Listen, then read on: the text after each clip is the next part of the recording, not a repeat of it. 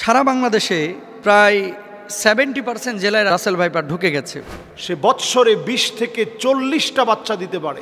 আপনি পানিতে আছেন, ঠিক সেই সময় সাপ আপনার পায়ে কামড় দিয়েছে, আপনি নিশ্চিত থাকবেন যে আপনার শরীরে বিষ ঢুকবে না। কেন বলেন তো? এই রাসেল ভাইপার বাংলাদেশে যেটা ছড়িয়ে পড়েছে, এই রাসেল ভাইপার 100 বছর আগেই কিন্তু বাংলাদেশে থেকে প্রায় বিলুপ্ত হয়ে গেছিল। ডাক্তাররা বলতেছে যে এটা যদি দংশন করে তাহলে মানুষ মারা যাবে খুব শীঘ্রই। এরকম একটা বিপদ মুসিবতের সময় একজন মুমিন আমার বিশ্বাস থেকে করণীয় কিছু আছে কিনা? ফরিদপুরের একজন লিডার তিনি ঘোষণা করেছেন যে রাসেল ভাইপার একটারে যে মারতে পারবে তার আমি 50,000 টাকা পুরস্কার দেব। সাপের ব্যাপারে কিন্তু হাদিস আছে একাধিক, এবং এক্ষেত্রে আব্দুল্লাহ ইবনে ওমর রাদিয়াল্লাহু তাআলা আনহু তিনি সাপ দেখলেই কিন্তু দৌড়ান দিতেন এবং মারতেন। আপনি বলবেন যে হুজুর কেন তিনি মারতেন? নবীজি সাল্লাল্লাহু আলাইহি ওয়াসাল্লাম এক প্রকার সাপের ব্যাপারে খুব সতর্ক করেছিলেন সাহাবীদেরকে। সেই সাপটা কোন সাপ দেখেন, নবীজি সাল্লাল্লাহু আলাইহি ওয়াসাল্লাম সেই সাপের ব্যাপারে আনা আয়েশা রাদিয়াল্লাহু তাআলা আনহা ক্বালাত আমরা রাসূলুল্লাহ সাল্লাল্লাহু আলাইহি ওয়াসাল্লাম বিকতলি জিতুফিয়াতাইনে ফাইন্নাহু ইয়ালতামিসুল বাসর ওয়া ইউসিবুল হাবাল।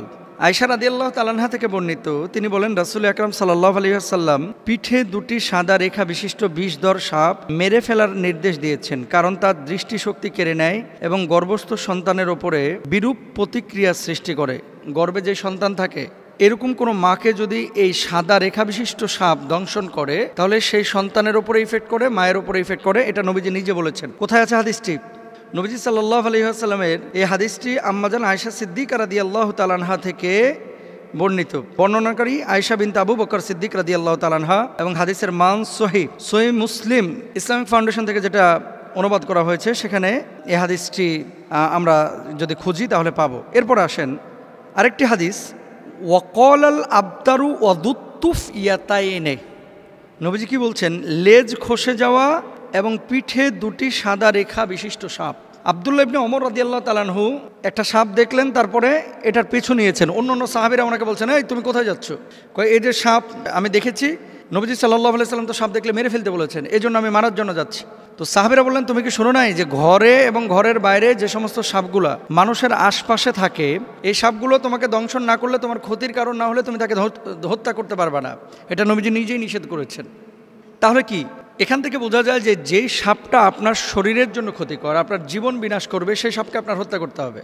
আর কিছু সাপ আছে, আপনি জানেন কি না, সারা পৃথিবীতে যত ধরনের সাপ আছে 80% সাপ যাদের নাই, বিষ নাই, মানুষকে কামড়াইলে এই মানুষের শারীরিক কোনো ক্ষতি হয় না। এবং সাপের একটা নেচার আছে, কিন্তু আপনি যতক্ষণ পর্যন্ত তারে খোঁচাখুচি না করবেন ততক্ষণ পর্যন্ত কিন্তু কামড়ায় না। খেয়াল করে দেখেন, ধরেন আপনার পাশ দিয়ে চলে যাচ্ছে, আপনাকে প্রথমে কিন্তু ছোবল মারে না, এটা সাপের একটা বৈশিষ্ট্য। কিন্তু এই রাসেল ভাইপার বাংলাদেশে যেটা ছড়িয়ে পড়েছে, এই রাসেল ভাইপার 100 বছর আগেই কিন্তু বাংলাদেশে থেকে প্রায় বিলুপ্ত হয়ে গেছিল। এটা সাহারা মরুভূমিতে পাওয়া যেত, আরব বিশ্বের বিভিন্ন দেশে পাওয়া যেত। বাংলাদেশে কিভাবে আসলো এই সাপটা? এখন আমরা জানি না যে এটা কারো ষড়যন্ত্র কিনা বাংলাদেশের কৃষিখাত ধ্বংস করার জন্য, যে এই রাসেল ভাইপার ছাড়িয়ে দিলে কৃষকরা ভয়ে মাঠে যাবে না, ধান কাটতে পারবে না, বা জঙ্গলে যাবে না, কারণ এটার ইফেক্ট কিন্তু কৃষিখাতে অবশ্যই পড়বে। ডাক্তাররা বলতেছে যে এটা যদি দংশন করে তাহলে মানুষ মারা যাবে খুব শীঘ্রই, এবং ওই যে মেডিসিন বা ইঞ্জেকশন দেওয়ার পরে, অ্যান্টিভেনম দেওয়ার পরেও কিন্তু কাজ হয় না। অনেক সময় কিডনি বিকল করে ফেলে, হার্ট দুর্বল করে ফেলে, হার্ট বিকল করে ফেলে, এই জন্য মানুষ মারা যায়। এখন নবীজি সাল্লাল্লাহু আলাইহি ওয়াসাল্লামের সেই হাদিস থেকে আমরা স্পষ্টরূপে বুঝতে পারি যেহেতু রাসেল ভাইপার মানুষের জন্য ক্ষতিকর। এবং আজকে দেখলাম পত্রিকায় ফরিদপুরের একজন লিডার তিনি ঘোষণা করেছেন যে রাসেল ভাইপার একটারে যে মারতে পারবে তার আমি 50,000 টাকা পুরস্কার দেব। তো এখন মানুষের জীবন আগে ভাই, প্রাণী, এই সাপ, পোকামাকড় যারা দংশন করে, এগুলো পরিবেশের ভারসাম্য অবশ্যই রক্ষা করে, কিন্তু মানুষের জীবনের জন্য যদি ক্ষতির কারণ হয়ে দাঁড়ায়, নবীজির ভাষ্য অনুসারে সেটাকে হত্যা করতে হবে। এবং ইভেন কুকুর, রাস্তায় যে সমস্ত কুকুর ঘোরাফেরা করে আপনার কোনো ক্ষতি করে না, তাদেরকে হত্যার কথা বলা হয় নাই। কিন্তু এমন কুকুর যদি থাকে যে কুকুর দেখলেই আপনার পেছন থেকে ধাওয়া করে, বাচ্চাদেরকে কামড়ে দেয়, এই কুকুরগুলোকে হত্যা করতে বলা হয়েছে। সুতরাং রাসেল ভাইপারের যে বিষয়টা, এটা হাদিস থেকে আমরা যেটা বুঝি, নবীজি সাল্লাল্লাহু আলাইহি ওয়াসাল্লাম বলেছেন ক্ষতিকারক যদি হয়ে থাকে তাহলে সেখানে তাকে হত্যা করা যাবে। এবার আসেন, সারা বাংলাদেশে প্রায় 70% জেলায় রাসেল ভাইপার ঢুকে গেছে। এখন সাপে কামড়াইলে বাংলাদেশে আমরা কিছু ভুল বা কুসংস্কার কাজ করে থাকি, যেগুলো আসলে চিকিৎসা বিজ্ঞানের আলোকেও অথেন্টিক না এবং কোরআন হাদিসের আলোকেও অথেন্টিক না। মনে রাখতে হবে, যখন কোনো বিষয় আপনার শারীরিকভাবে কোনো ক্ষতি করছে, প্রথমত আপনাকে কারণটা বের করতে হবে যে কী কারণে এটা হলো। সাপে কামড়াইছে, সাপে কামড়ানোর পরে এই বিষটা কিন্তু আপনার শরীরের মধ্যে ঢুকতেছে। এখন আপনি শরীরের মধ্যে বিষ ঢুকেছে, ওই জায়গাটা না বেঁধে আপনি নিয়ে গেলেন ওঝার কাছে। ওঝা কি করতেছে, ওই তদবির করতে করতে করতে করতে, আগে যেমন বাংলা সিনেমায় দেখা যাইত ওই যে বিন বাজাইতেছে আর কাইটা যেই সাপটা দংশন করছে এ আবার উড়িয়া চুলাইতেছে একেবারে। হ্যাঁ, আসার পরে ওখানে মনে করেন মুখটা দিয়ে আবার মনে করেন বিষ বাইর করে ফেলে। এগুলো মিথ্যা কথা ভাই, এগুলো কোনো ভিত্তি নাই। তবে হ্যাঁ, নবীজি সাল্লাল্লাহু আলাইহি ওয়াসাল্লামের সাহাবীরা একটা কাজ করেছিলেন, সূরা ফাতিহা পড়ে ওই জায়গাটায় থুথু লাগিয়েছিলেন, তারপরে ওইটা বের হয়ে গেছিল। এর মানে এই না যে থুথু লাগাইলেই সাপের বিষ বাইরে হয়ে যাবে। কামড়াইছে রাসেল ভাইবার, আর আপনি নামাজ পড়েন না, রোজা করেন না, থুথু লাগাই দিতেছেন, থুতুকে ওখানে কপ ফেললেও কিন্তু বিষ বাইর হবে না। এগুলো খেয়াল রাখতে হবে। তাহলে আপনার করণীয় কি? আপনাকে যাইতে হবে ডাক্তারের কাছে। আপনি ডাক্তারের কাছে যান, যাওয়ার পরে আপনি চিকিৎসা নেবেন। আর ওঝা, তারপরে বিন বাজানো, এই সমস্ত জিনিসগুলো অথেন্টিক যেহেতু না, যেই জায়গাটায় অথেন্টিক বা কারো কাছে এমন কোনো মেডিসিন থাকলে আপনি সেই জায়গাটায় চিকিৎসা নিতে পারেন। আবার আমাকে ভুল বুঝেন না, ঝাড়ফুঁক ইসলামে কিন্তু জায়েজ, কিন্তু কবিরাজির নামে এই যে বিন বাজাইতে বাজাইতে সাপকে দৌড়ায় নিয়ে আসা। আচ্ছা ভাই, সাপ এখানে কামড়ানোর পর কি বসে থাকে? বুঝলেন কথা? ধরেন কামড়াইলো উত্তরা 10 নম্বর সেক্টরে, সাপটা 10 নম্বরে কামড়ায়া ওই ভাসতে ভাসতে ভাসতে ভাসতে রাত্রে সফর করতে করতে টঙ্গি চলে গেছে। এখন আপনি এখানে বিন বাজাইতেছেন, ও টঙ্গি, সাপ আছে টঙ্গিতে, উত্তরা 10 নম্বর থেকে গাড়ির আওয়াজে সাপ বিনের আওয়াজ পাইবে কিভাবে? জিনিসগুলো কিন্তু একটা ভাবার বিষয়। তাহলে আমরা এই বিষয়গুলো খেয়াল রাখবো। সাপে কামড়াইলে চিকিৎসা নেওয়ার চেষ্টা করব। সাপে কামড়ানো জায়গায় তৎক্ষণাৎ পরিষ্কার করে ব্যান্ডেজ বা সুতির কাপড় দিয়ে ঢেকে দেব, এটা ডাক্তাররা বলছেন। এবং সেই জায়গাটায় রশি দিয়ে হালকা করে বেঁধে দিবেন, যাতে করে বিষটা উপরে যাইতে না পারে। মনে রাখবেন, আপনি পানির মধ্যে পা দিয়ে রেখেছেন, পানিতে থাকা কোনো সাপ যদি পায়ের ওপরে কামড় দেয়, এটা খুব মনোযোগ দিয়ে শুনবেন। আপনি পানিতে আছেন, ঠিক সেই সময় সাপ আপনার পায়ে কামড় দিয়েছে, আপনি নিশ্চিত থাকবেন যে আপনার শরীরে বিষ ঢুকবে না। কেন বলেন তো? সাপটা যখন কামড় দেয়, বিষটা যখন এই তার দাঁত থেকে বা মুখ থেকে ছাড়ে, বিষটা ছাড়ার সাথে সাথে পানির সাথে মিশে ওই বিষটার শরীরের মধ্যে ঢুকে না। এই জন্য সাধারণত বিষধর সাপ পানির মধ্যে কামড় দেয় না। এই ধরা সাপ টোরা সাপ যেগুলো কামড় দেয়, চিন্তার কোনো কারণ নাই। কিন্তু শুকনো জায়গায় যদি আপনারা সাপে কামড় দেয়, বি কেয়ারফুল, এখানে আমাদের সচেতন হতে হবে। অনেকে সাপে কামড় দেওয়ার পর ওই জায়গাটায় মুখ লাগায় চুষে বিষ নামানোর চেষ্টা করে, এটা সম্ভব না। চুষ দিয়ে বিষ বাইর করাটা, এটা বিশেষ করে রাসেল ভাইপারের কোনোভাবেই সম্ভব না। আর বিষাক্ত সাপে কাটলে বাঁচার একটাই পথ, দ্রুত হাসপাতালে যাওয়া, আল্লাহর কাছে দোয়া করা, সূরা ফাতিহা পড়ে সেই জায়গাটায় ফুৎকার করা। যেহেতু এই সূরাকে বলা হয় সূরাতুশ শিফা, মনে রাখবেন, সূরা ফাতিহাটাকে বলা হয় সূরাতুশ শিফা। এবং সাহাবীরা এই আমলটা করে ফলাফল পেয়েছে। আমরা আমলটাও করব এবং হসপিটালেও যাব, আল্লাহর উপর তাওয়াক্কুল করব। আল্লাহ তাআলা তৌফিক দান করুন। রাসেলস ভাইপার নামের যে সাপের কারণে আমরা আতঙ্কিত, একজন মুমিন হিসেবে আমাদের করণীয় কোনো আছে কিনা, একজন মুমিন হিসেবে আমাদের করণীয় কোনো বিষয় আছে কিনা, যেটার মধ্য দিয়ে রাসেলস ভাইপার সহ বিষাক্ত সাপের ছোবল থেকে আমরা বাঁচতে পারি। রাসেলস ভাইপার এটা কোনো আতঙ্কের নাম নয়। বাঁচার জন্যে আপনি যেইভাবে সতর্ক হওয়া উচিত, সতর্ক আপনি হবেন। আমাদের যে ইকোসিস্টেম, চারদিকের ইকোসিস্টেমটাকে আমরা নষ্ট করে ফেলেছি। আমরা বেজি দেখলেই মেরে ফেলি। আমাদের দেশে গুই সাপকে আমরা হত্যা করি। আমাদের দেশে শিয়ালকে পেলেই আমরা শিয়ালকে মেরে ফেলি। যেগুলো সাপ খেয়ে ফেলে সেগুলোকে আমরা ধ্বংস করার মধ্য দিয়ে বিষাক্ত এই সাপ, যেটা একসময় বিলুপ্ত প্রায় ছিল, সেই সাপটি হঠাৎ করে এত পরিমাণ বেড়ে গিয়েছে।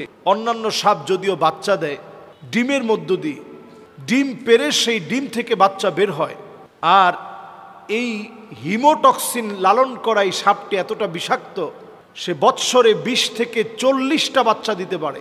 বিষাক্ত এই সাপটি আমাদের দেশের 28টি জেলা এই পর্যন্ত ছড়িয়ে পড়েছে। এই বৎসরে শুধু এই সাপের কামড়ে 10 জন মানুষ মারা গিয়েছে।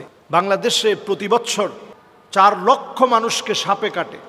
এই 4 লাখ মানুষ থেকে প্রায় 7,000 মানুষ মারা যায়। আমরা জানি না যে পরিবেশের ভারসাম্য রক্ষায় এই সাপের বিষেরও কিন্তু প্রয়োজন আছে। যারা অসুস্থ হয়ে যায়, ক্যান্সারে আক্রান্ত হয়, তাদের চিকিৎসায় এই সাপের বিষটাকে খুব বেশি আল্লাহ রাব্বুল আলামিন কার্যকরী ঔষধ বানিয়ে দিয়েছে। কিন্তু হিমোটক্সিন হওয়ার কারণে এই সাপের বিষটা এতটা মারাত্মক, আপনি অ্যান্টিভেনাম ইউজ করার পরেও মানুষটা মারা যেতে পারে। 25 দিন পরেও সে নানাভাবে তার কোনো অঙ্গহানি হতে পারে। এমনকি তার যেই অঙ্গে সাপটা কেটেছে ওই অঙ্গটা কেটে ফেলে দেওয়া লাগতে পারে। এরকম একটা বিপদ মুসিবতের সময় একজন মুমিন আমার বিশ্বাস থেকে করণীয় কিছু আছে কিনা। নবীজি সাল্লাল্লাহু আলাইহি ওয়াসাল্লাম এমন একটি দোয়া শিখিয়েছেন, সুনান তিরমিজির ভিতরে এই দোয়াটি এসেছে, হাদিসের কিতাবগুলোর ভিতরে এই দোয়াটি এসেছে। নবী করিম সাল্লাল্লাহু আলাইহি ওয়াসাল্লাম এই দোয়াটি আমাদেরকে শিখিয়েছেন।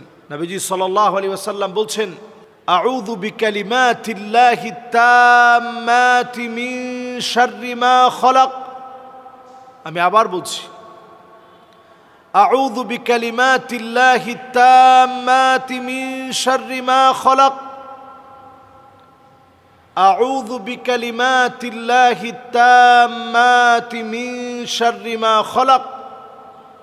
সকাল সন্ধ্যায় 3 বার করে এই দোয়াটি পড়ুন। সকাল এবং সন্ধ্যায় 3 বার করে আপনি দোয়াটি পড়েন।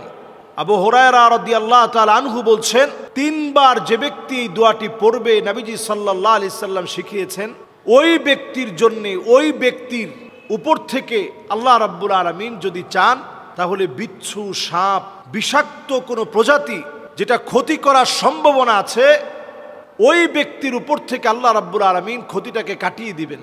এজন্য আমরা প্রত্যেকে দোয়াটা পড়ার চেষ্টা করি, বুঝে বুঝে আল্লাহর কাছে বলার চেষ্টা করি, আউযু বিকালিমাতিল্লাহি তাম্মাহ মিন শাররি মা খালাক। যত সৃষ্টি আছে, আল্লাহ সব সৃষ্টির যত অমঙ্গল আছে, সে অমঙ্গল থেকে আপনি আমাকে হেফাজত করেন। সাপের ছোবল বড় ভয়ানক হতে পারে, 100 মিনিটের ভিতরে আমার জীবনটা শেষ হয়ে যেতে পারে। এমনকি সাপে কাটার পরপরই শরীরটা ফুলে যেতে পারে, অঙ্গহানি ঘটতে পারে, মৃত্যুর দিকে মানুষটা ঢলে পড়তে পারে, কত রকমের ভয়াবহতা মানুষের উপর নেমে আসতে পারে।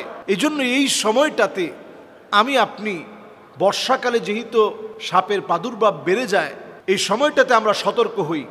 ফরিদপুরের একজন ব্যক্তি, তিনি এই সাপকে যে মারতে পারবে তার জন্য 50,000 টাকা তিনি বাজেট করেছেন, যে এক একটা রাসেলস ভাইপার যদি মারতে পারে 50,000 টাকা তিনি দিবেন। এটা কেন তিনি এটা বলেছেন? মানুষের মধ্যে এখন প্রচণ্ড ভয়ভীতি কাজ করছে। মানুষ কৃষি খেতে যেতে পারছে না, ধান কাটতে গেলে ভয় চলে আসতেছে যে কখন না জানি সাপ আক্রমণ করে বসে। এই সাপ নদী পথে এক জায়গা থেকে আরেক জায়গায় ছড়িয়ে পড়ছে। আমাদের দেশের 28টা জেলাতে এখন প্রচণ্ডভাবে এবং প্রচুর পরিমাণে, যেহেতু বংশ বিস্তারে 20 থেকে 40টি বাচ্চা একবারেই সে দিতে পারে, খুব দ্রুত পরিসরে তার বংশ ছড়িয়ে পড়ে। এজন্য আমরা আল্লাহর কাছে এই আযাব থেকে পানাহ চাই। এবং এই সাপের ভয়াবহতা দেখার পরে রাসেলস ভাইপার অথবা চন্দ্রঘোড়া সাপ দেখবেন চাঁদের মতো ছোপ থাকে। এই চাঁদের মতো ছোপ দেওয়া সাপটা আমাদের ঘরের আশেপাশে আঙিনায়, এই সাপের ভয়াবহতা থেকে বাঁচতে এমন কিছু উদ্ভিদ আছে যেই গাছগুলোর ঘ্রাণ, যেই গাছগুলো লাগানোর পরে এর ঘ্রাণ সাপ গ্রহণ করতে পারে না, সহ্য করতে পারে না।